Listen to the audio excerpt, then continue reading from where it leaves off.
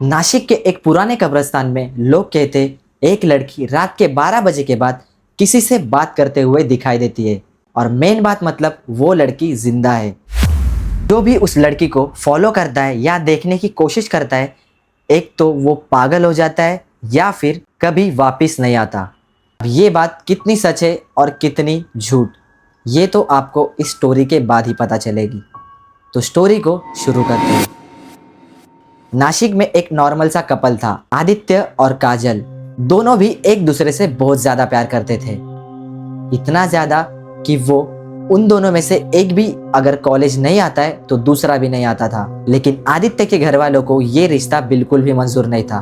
वो इन दोनों के बिल्कुल खिलाफ थे और वो आदित्य को प्रेशर करते थे कि वो काजल से बात ना करे। और आदित्य भी इस बात को मान लेता है। धीरे धीरे काजल से बात करना बिल्कुल बंद कर देता है।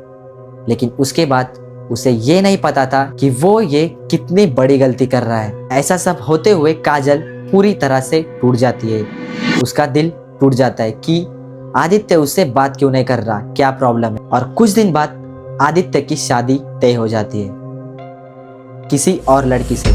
ये सब सुनकर काजल का दिल पूरी तरह से टूट जाता है। कुछ दिन काजल इतना ज्यादा डिप्रेस हो जाती है कि 2 दिन बाद काजल अपनी खुद की आत्महत्या कर लेती है, यानी कि खुद को खत्म कर देती है। और यहाँ पर सबसे बड़ी गलती हो जाती है।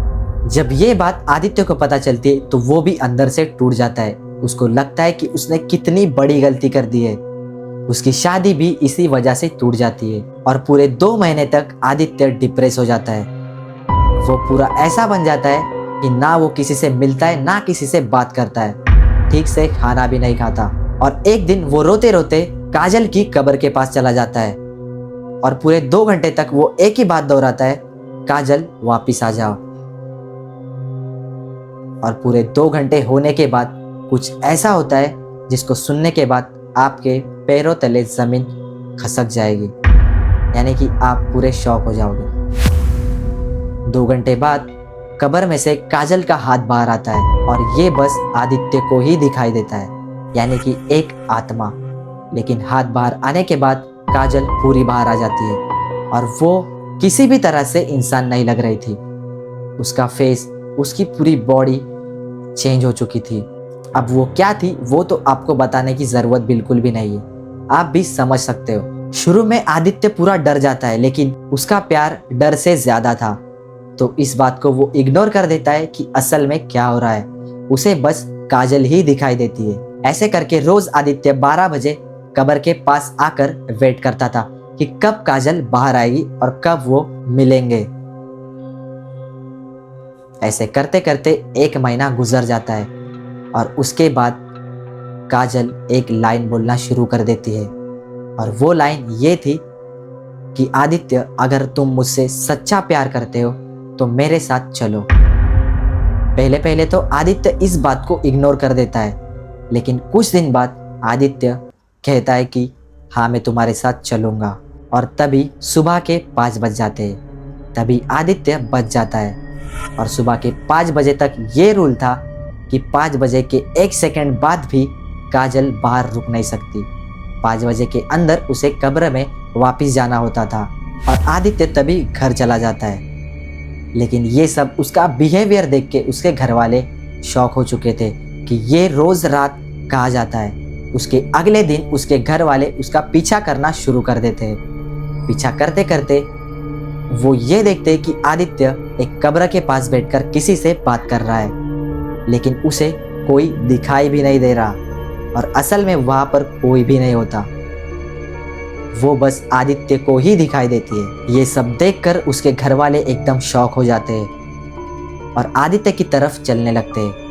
आदित्य को जोर से खींचकर अपनी तरफ खींच लेते हैं और उसे ये कहते हैं, तू किससे बात कर रहा है, यहाँ पर कोई है ही नहीं। तभी आदित्य उन्हें बताता है कि वो किससे बात कर रहा था और कब से बात कर रहा था। तभी तो लोग उसे पागल समझने लग जाते हैं और उसे वहां से खींचकर ले जाने ही लगते। तभी पीछे से एक आवाज़ सुनाई देती है और वो आवाज़ काजल की थी और वो ये कह रही थी कि आदित्य मेरे साथ चलने के लिए राजी है। लेकिन तभी उसके घर वाले उसे खींचकर कब्रिस्तान के बाहर ले आते हैं और मेन बात मतलब काजल कब्रिस्तान के बाहर नहीं आ सकती। और उसके बाद से आदित्य को एक बार भी वहां पर जाने का मौका नहीं मिला। लेकिन कुछ दिन बाद आदित्य के घर पर मिट्टी मिलने लगी।